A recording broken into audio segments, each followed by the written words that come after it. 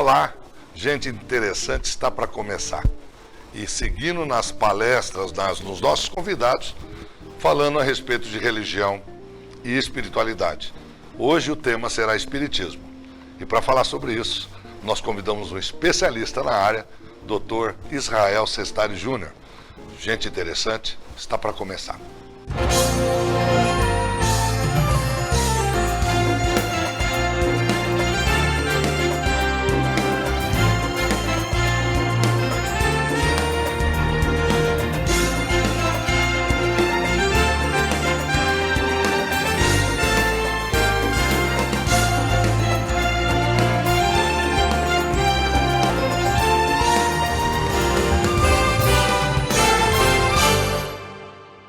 Bem, o tema de hoje, gente interessante, está discutindo espiritismo.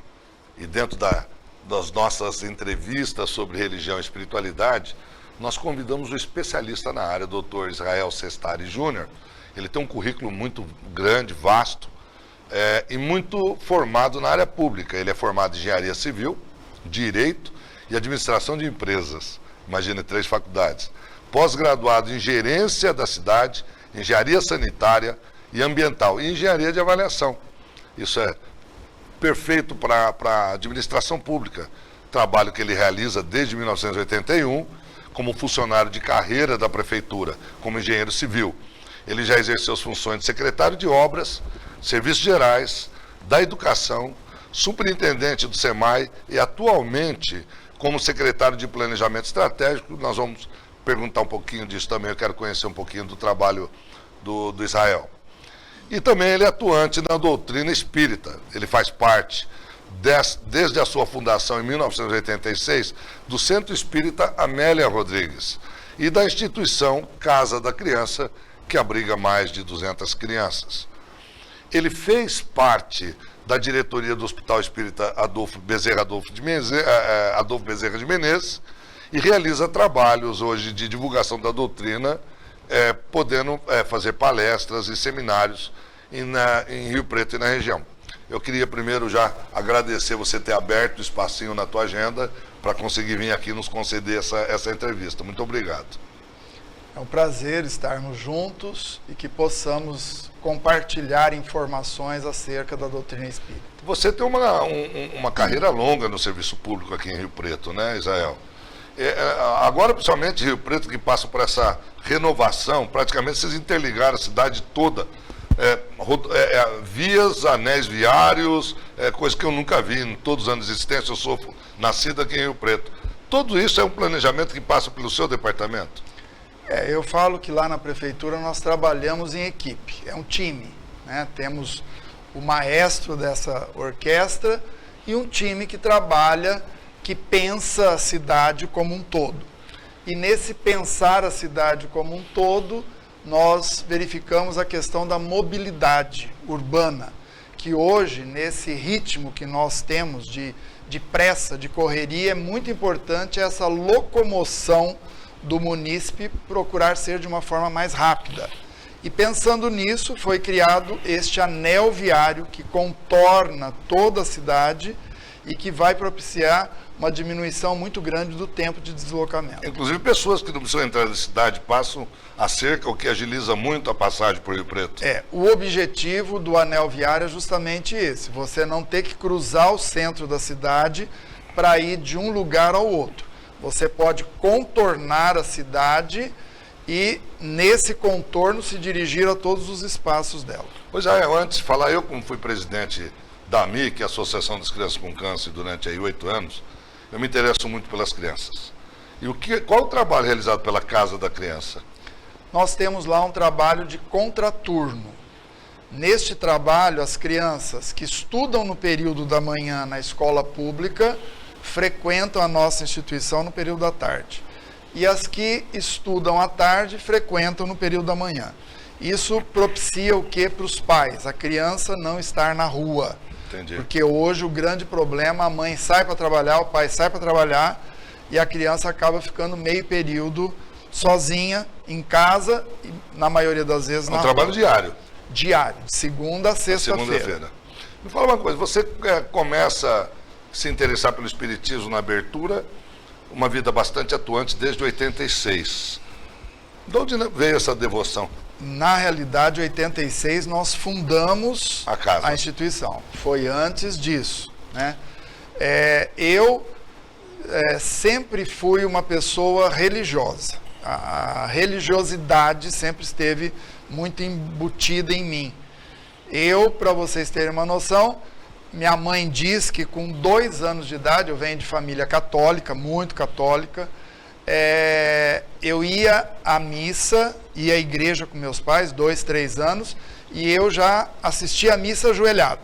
Pra vocês terem uma ideia, uma criança de 3 anos assistir missa ajoelhado, né? E quando minha mãe e meu pai me perguntavam, quando eu já tinha 5, 6, 7, 8 anos, o que você quer ser quando crescer? E eu falava, padre. Padre. Sempre era padre. E com 11 anos eu entrei para o seminário. Eu frequentei o seminário, frequentei ali em Engenheiro Schmidt, os padres agustinianos. Mas em casa nós somos uma família de italianos que somos extremamente apegados na questão um com o outro. E eu não consegui ficar longe da minha família, me distanciar. E aí eu voltei para casa e continuei estudando no Colégio São José, que era da mesma ordem, aqui em Rio Preto, para não perder esse vínculo com o seminário. Então, dos meus 12 anos até os meus 20 anos, para vocês terem uma noção, eu ia na missa todo dia. Puxa vida. E comungava todo dia. Só na quarta-feira que eu não comungava 2 vezes, porque eu ia na novena e na missa. Puxa vida. Então, era uma coisa mesmo de... É nato mesmo. É nato, né? E tocava violão nas missas, essa coisa toda. Depois, quando eu tinha 19 anos, 20 anos, mais ou menos nessa idade, houve um desentendimento da minha parte com o padre Santo Marini, que na época queria construir a catedral, e eu era contra a demolição da catedral, e nós começamos a divergir, e nessa divergência eu comecei a me afastar do catolicismo e procurar alguma coisa além. Alternativa. Só que foi muito difícil isso aí para mim, porque... Uma mudança radical, né? Uma mudança radical, e assim, o catolicismo ele vinha embutido em mim desde muitas encarnações. Divaldo Pereira Franco, certa feita, nós estávamos num grupo ali do Centro Espírita Rodrigo Lobato, que é um dos mais antigos de Rio Preto, né?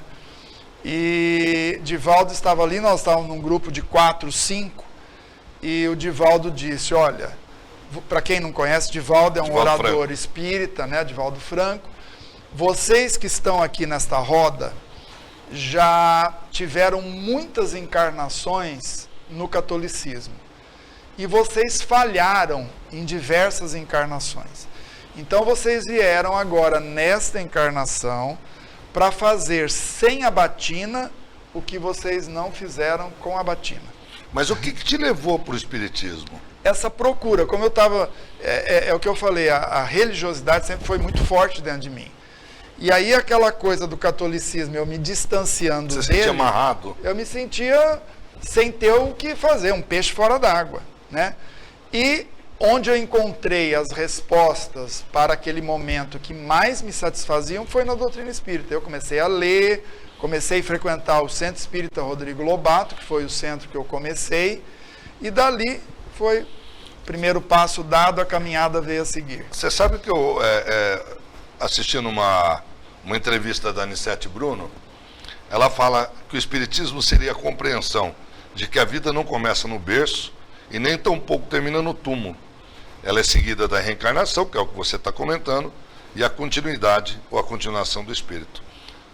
Como que surgiu a doutrina espírita? Bom, a doutrina espírita, ela surge com Allan Kardec.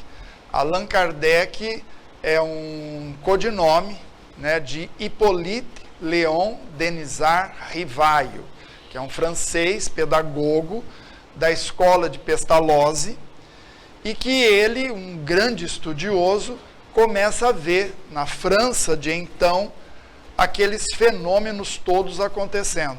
E ele se interessa por aquilo e começa a pesquisar. E nessa pesquisa, ele vai perguntando aos médiuns e ele cataloga todas essas perguntas e ordena todas essas perguntas num livro, O Livro dos Espíritos. Então, em 1857, abril de 1857, surge a doutrina espírita com a publicação de O Livro dos Espíritos. Quais são os pilares que sustentam essa doutrina hoje? Olha, nós temos, a doutrina espírita tem muitos pilares, né? Mas nós temos, por exemplo, crença em Deus. Não existe, a doutrina espírita, ela parte do princípio de que Deus existe. Tudo começa em Deus. Então, se a pessoa quiser procurar a doutrina, mas não acredita em Deus, ela está batendo em porta errada, né? Nós temos a imortalidade da alma, que é um dos pilares também da doutrina, que nos diz que a vida continua. Nós somos espíritos eternos, nós vamos viver para sempre. E ela nos mostra que isso aumenta muito a nossa responsabilidade. A comunicabilidade dos espíritos, quer dizer, os espíritos que estão no plano dos desencarnados comunicam-se com os encarnados e os encarnados com os desencarnados. A pluralidade dos mundos habitados, que nós não poderíamos ter a pretensão de que nesse universo todo, com bilhões de estrelas, de sóis e planetas, apenas o planeta Terra seria habitado por um ser como nós, humanos, imperfeitos e carentes. Nós não poderíamos ter essa pretensão. Então, esses todos são pilares que formam a doutrina e que dão essa sustentação teórica para a doutrina. Eu tenho uma teoria para te perguntar, mas nós vamos para o intervalo. Voltamos num minuto. Não sai daí.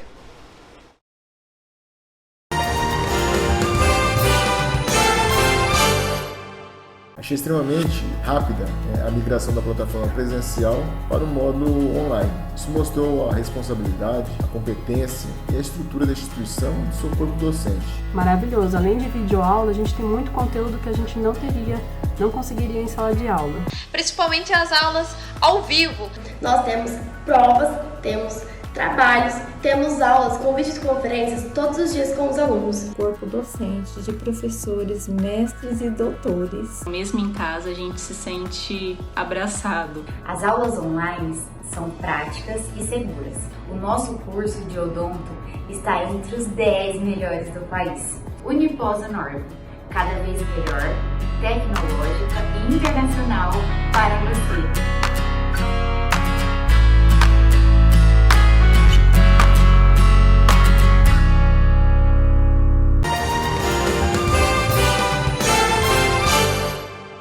Bem, gente interessante está de volta hoje recebendo um engenheiro, advogado, administrador de empresa, Dr. Israel Sestari Júnior. Nós estamos falando de espiritismo e o número de perguntas não para de chegar. Eu gostaria de saber a respeito da imortalidade do espírito, da reencarnação, não é? Como que ela processa? Muitas vezes a pessoa ela reencarna depois de quanto tempo? Dentro da crença espírita, ela vai passar por um período de curas, de estudo, de evolução, e ela reencarna. Qual é esse período e qual é essa propriedade? E quem é que está eleito para isso? Na realidade, não existe uma regra que fale o período é tanto tempo, né? Nós chamamos esse período entre uma encarnação e outra de erraticidade. É o período que o espírito fica em outros planos aprendendo, né, de alguma forma aprendendo. E isso tudo vai da evolução espiritual de cada um. Tem espíritos que passam um período muito curto, reencarnam rápido. Outros espíritos que passam por, às vezes, algum processo perturbador, ele passa um período maior, porque ele vai passar por esse período perturbador, vai para outros planos para fazer uma nova programação e estudar e aprender para essa nova programação. Então nós não temos um período fixo, falar assim, o prazo é este. O prazo depende de cada um. Uma curiosidade apenas. Uma pessoa vem e morre jovem. Ela cumpriu o seu destino ou foi um acidente? Olha, nós temos várias formas aí, é difícil avaliar. Vamos supor que primeiro, você falou, cumpriu o seu destino, né? Destino é algo que faz parte da nossa programação. Então, se perguntar assim, existe destino? Existe uma programação que eu fiz, que eu faço. O próprio espírito que o próprio espírito planeja, né? Ele planeja e ele vem. Bom, então isso aí aconteceu comigo. Por quê? Porque estava dentro dos meus planos. Porém, eu posso alterar? Eu posso mudar? Sim. Eu sou totalmente livre para fazer os acertos, as escolhas e as opções que eu bem entender. Depois de reencarnado? Depois de reencarnado. Nós chamamos de livre-arbítrio.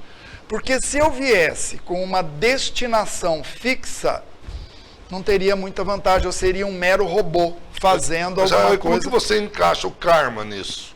O karma, digamos, a missão, o trabalho, o resgate. Tá. Como é que se encaixa isso no destino? Então, para encaixar isso aí, eu vou contar uma historinha aqui, que eu acho muito interessante, que demonstra bem isso.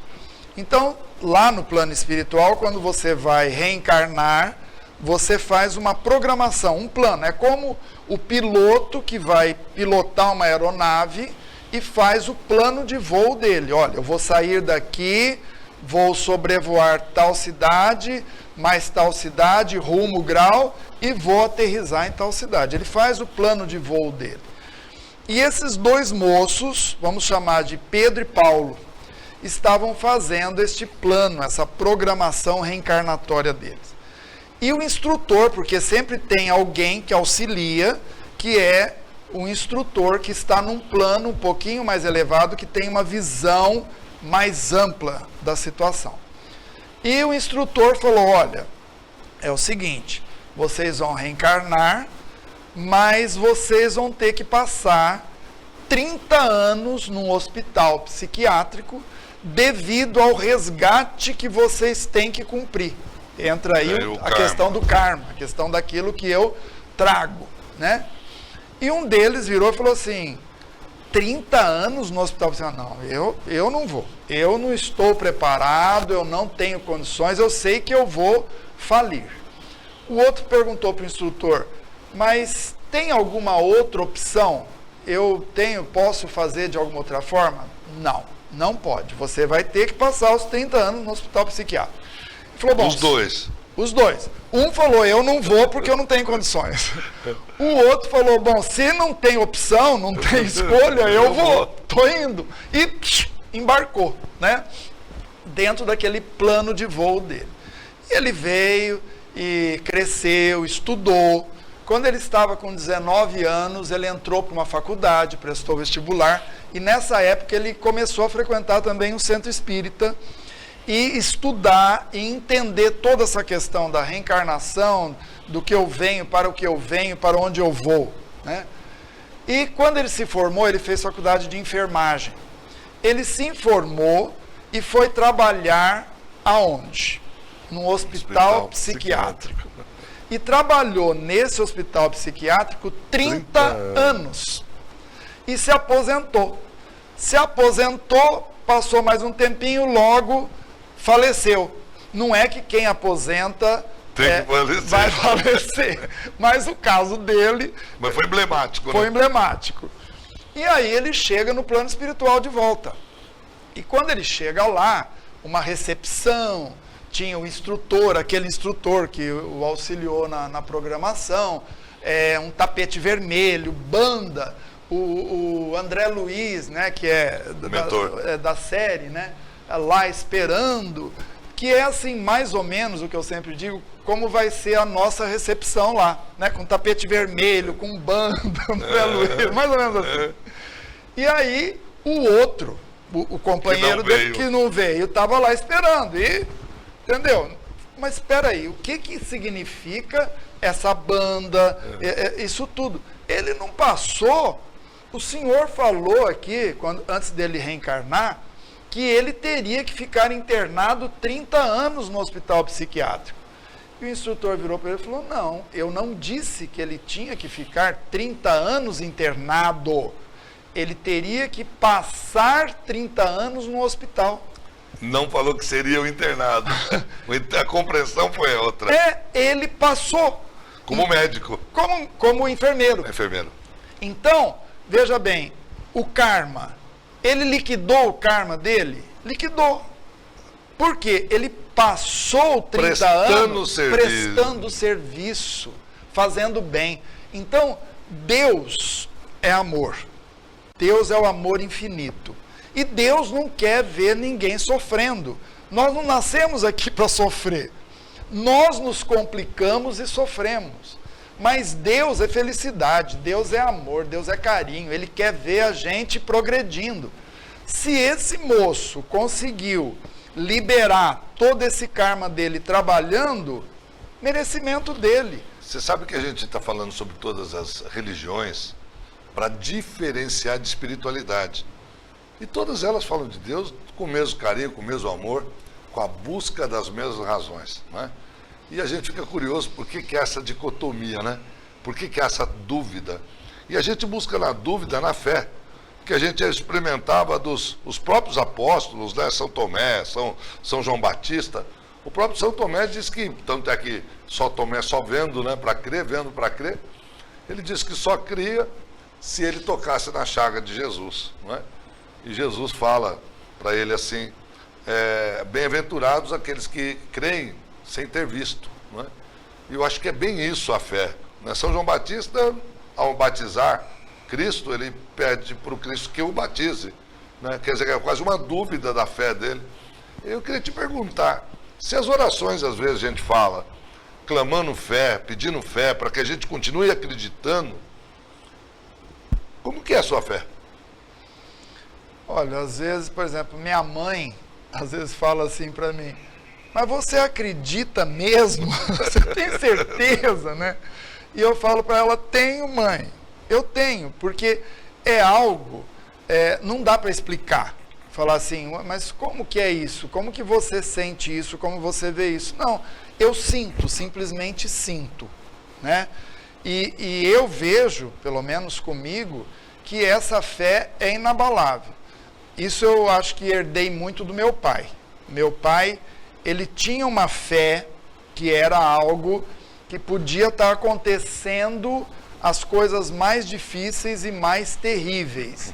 Mas ele sempre falava, vai dar certo, vamos confiar, vamos acreditar. E brotava dentro dele isso intuitivamente, né? Então eu entendo, pelo menos comigo, assim, como você está me perguntando, Sim, você. Né? Eu vejo muito assim, você precisa ver para crer? Não, eu não preciso ver para crer. Eu acredito. Bem, gente interessante, está encerrando essa primeira parte da entrevista com o Dr. Israel Sestari Júnior. Nós estamos falando de espiritismo, a entrevista por demais interessante. Nós vamos encerrar aqui e aguardar você no próximo programa. Agradeço a sua audiência e aguardo você na próxima segunda parte da entrevista com o Dr. Israel Sestari Júnior. Até lá.